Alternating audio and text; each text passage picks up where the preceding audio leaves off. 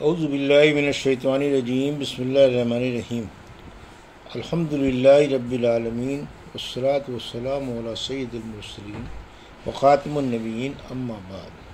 صحیح بخاری باب کتاب المغازی، حدیث نمبر 4411، اردو ترجمہ۔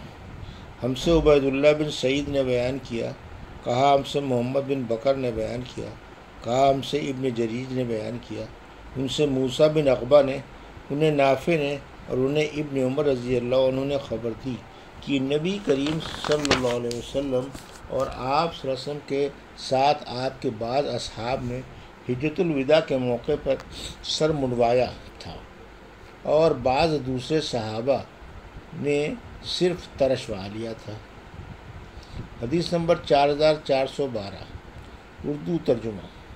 ہم سے یحییٰ بن قزع نے بیان کیا، انہوں نے کہا ہم سے امام مالک نے بیان کیا، ان سے ابن شہاب نے بیان کیا دوسری سند، اور لیث بن سعد نے بیان کیا کہ مجھ سے یونس نے بیان کیا، ان سے ابن شہاب نے بیان کیا، ان سے عبید اللہ بن عبداللہ نے بیان کیا، اور انہیں عبداللہ بن عباس رضی اللہ عنہ نے خبر دی کہ وہ ایک گدھے پر سوار ہو کر آئے تو رسول اللہ صلی اللہ علیہ وسلم مینا میں کھڑے لوگوں کو نماز پڑھا رہے تھے۔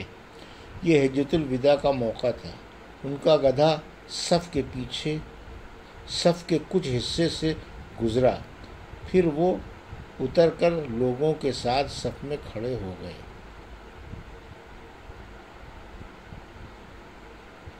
حدیث نمبر 4413، اردو ترجمہ۔ ہم سے مسدد بن مساہرت نے بیان کیا، کہا ہم سے یحییٰ بن سعید قطان نے بیان کیا، ان سے حشام بن عروہ نے بیان کیا کہ مجھ سے میرے والد عروہ نے بیان کیا، انہوں نے کہا کہ اسامہ رضی اللہ عنہ سے حجۃ الوداع کے موقع پر نبی کریم صلی اللہ علیہ وسلم کی سفر میں رفتار کے متعلق پوچھا گیا تو انہوں نے کہا کہ بیچ کی چال چلتے تھے اور جب کشادہ جگہ ملتی تو پہلے سے تیز چلتے تھے۔ حدیث نمبر 4414، اردو ترجمہ۔ ہم سے عبداللہ بن مسلمہ نے بیان کیا، ان سے امام مالک نے بیان کیا، ان سے یحییٰ بن سعید نے، ان سے عدی بن ثابت نے، اور ان سے عبداللہ بن یزید ختمی نے، اور انہیں ابو ایوب رضی اللہ عنہ نے خبر دی کہ انہوں نے نبی کریم صلی اللہ علیہ وسلم کے ساتھ حجۃ الوداع کے موقع پر مغرب اور عشاء ملا کر ایک ساتھ پڑھی تھی۔ حدیث نمبر 4415، اردو ترجمہ۔ غزوہ تبوک کا بیان۔ اس کا دوسرا نام غزوہ عسرت یعنی تنگی کا غزوہ بھی ہے۔ مجھ سے محمد بن علاء نے بیان کیا، کہا ہم سے ابو اسامہ نے بیان کیا، ان سے برید بن عبداللہ بن ابی بردہ نے، اور ان سے ابو موسیٰ اشعری رضی اللہ عنہ نے بیان کیا کہ مجھے میرے ساتھیوں نے رسول اللہ صلی اللہ علیہ وسلم کی خدمت میں بھیجا کہ میں آپ سے ان کے لیے سواری کے جانوروں کی درخواست کروں۔ وہ لوگ آپ کے ساتھ جیش حسرت یعنی غزوہ تبوک میں شریک ہونا چاہتے تھے۔ میں نے عرض کیا، یا رسول اللہ، میرے ساتھیوں نے مجھے آپ کی خدمت میں بھیجا ہے تاکہ آپ ان کے لیے سواری کے جانوروں کا انتظام کرا دیں۔ آپ نے فرمایا، خدا کی قسم، میں تم کو سواری کے جانور نہیں دے سکتا۔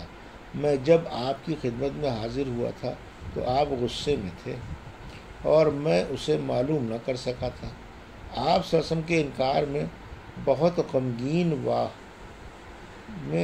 آپ صلی اللہ علیہ وسلم کے انکار سے میں بہت غمگین واپس ہوا۔ یہ خوف بھی تھا کہ کہیں آپ سواری مانگنے کی وجہ سے خفا نہ ہو گئے ہوں۔ میں اپنے ساتھیوں کے پاس آیا اور انہیں حضور اکرم صلی اللہ علیہ وسلم کے ارشاد کی خبر دی، لیکن ابھی کچھ زیادہ وقت نہیں گزرا تھا کہ میں نے بلال رضی اللہ عنہ کی آواز سنی۔ وہ پکار رہے تھے، اے عبداللہ بن قیس۔ میں نے جواب دیا تو انہوں نے کہا کہ رسول اللہ صلی اللہ علیہ وسلم تمہیں بلا رہے ہیں۔ میں آپ کی خدمت میں حاضر ہوا تو آپ نے فرمایا کہ یہ 2 جوڑے اور یہ 2 جوڑے اونٹ کے لے جاؤ۔ آپ نے 6 اونٹ عنایت فرمائے۔ ان اونٹوں کو آپ نے اسی وقت سعد رضی اللہ عنہ سے خریدا تھا اور فرمایا کہ انہیں اپنے ساتھیوں کو دے دو۔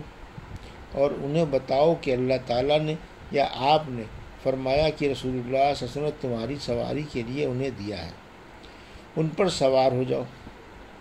میں ان اونٹوں کو لے کر اپنے ساتھیوں کے پاس گیا اور ان سے میں نے کہا کہ آن حضور صلی اللہ علیہ وسلم نے تمہاری سواری کے لیے یہ عنایت فرمائے ہیں، لیکن خدا کی قسم کہ اب تمہیں ان صحابہ رضی اللہ عنہ کے پاس چلنا پڑے گا جنہوں نے حضور اکرم صلی اللہ علیہ وسلم کا انکار فرمانا سنا تھا۔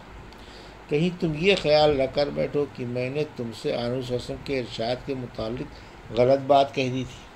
انہوں نے کہا کہ تمہاری سچائی میں ہمیں کوئی شبہ نہیں ہے، لیکن اگر آپ کا اصرار ہے تو ہم ایسا بھی کر لیں گے۔ ابو موسیٰ رضی اللہ عنہ نے رسول اللہ ان میں سے چند لوگوں کو لے کر ان صحابہ رضی اللہ عنہ کے پاس آئے جنہوں نے آن حضور صلی اللہ علیہ وسلم کا وہ ارشاد سنا تھا کہ آن صلی اللہ علیہ وسلم نے پہلے تو دینے سے انکار کیا تھا لیکن پھر عنایت فرمایا۔ ان صحابہ رضی اللہ عنہ نے بھی اسی طرح حدیث بیان کی جس طرح ابو موسیٰ رضی اللہ عنہ نے ان سے بیان کی تھی۔ حدیث نمبر 4416۔ ہم سے مسدد بن مسارد نے بیان کیا، کہا ہم سے یحییٰ بن سعید قطان نے بیان کیا، ان سے شعبہ نے، ان سے حکم بن عتیبہ نے، ان سے مصعب بن سعد نے اور ان سے ان کے والد نے کہ رسول اللہ صلی اللہ علیہ وسلم غزوہ تبوک کے لیے تشریف لے گئے تو حضرت علی رضی اللہ عنہ کو مدینے میں اپنا نائب بنایا۔ علی رضی اللہ عنہ نے عرض کیا کہ آپ مجھے بچوں اور عورتوں میں چھوڑے جا رہے ہیں؟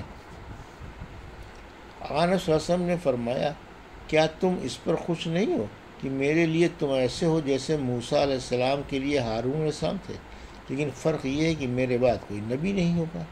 اور ابو داؤد طیالسی نے اس حدیث کو یوں بیان کیا کہ ہم سے شعبہ نے بیان کیا، ان سے حکم بن عتبہ نے، اور انہوں نے کہا کہ میں نے مصعب سے سنا۔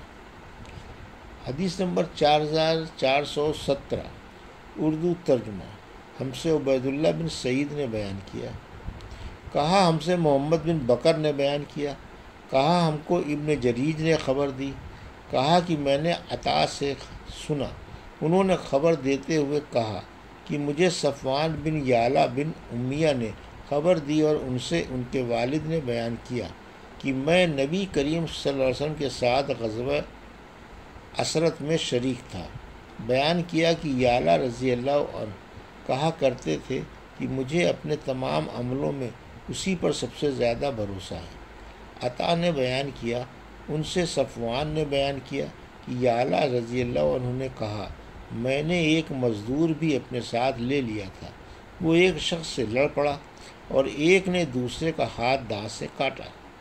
عطا نے بیان کیا کہ مجھے صفوان نے خبر دی کہ ان دونوں میں سے کسی نے اپنے مقابل کا ہاتھ کاٹا تھا، یہ مجھے یاد نہیں۔ بہرحال جس کا ہاتھ کاٹا گیا تھا اس نے اپنا ہاتھ کاٹنے والے کے منہ سے جو کھینچا تو کاٹنے والے کے آگے کا ایک دانت بھی ساتھ چلا گیا۔ وہ دونوں حضور اکرم صلی اللہ علیہ وسلم کی خدمت میں حاضر ہوئے تو حضور صلی اللہ علیہ وسلم نے دانت کے ٹوٹنے پر کوئی قصاص نہیں دلوایا۔ عطا نے بیان کیا، میرا خیال ہے کہ انہوں نے یہ بھی بیان کیا کہ حضور اکرم صلی اللہ علیہ وسلم نے فرمایا پھر کیا وہ تیرے منہ میں اپنا ہاتھ رہنے دیتا تاکہ تو اسے اونٹ کی طرح چبا جاتا؟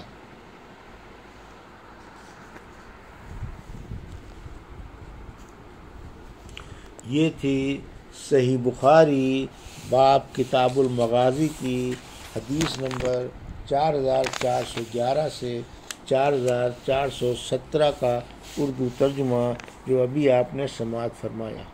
اللہ سے دعا ہے کہ اللہ ہمیں ان حدیثوں کی صحیح سمجھ عطا فرما اور ان پر عمل کرنے کی توفیق عطا فرما، آمین یا رب العالمین۔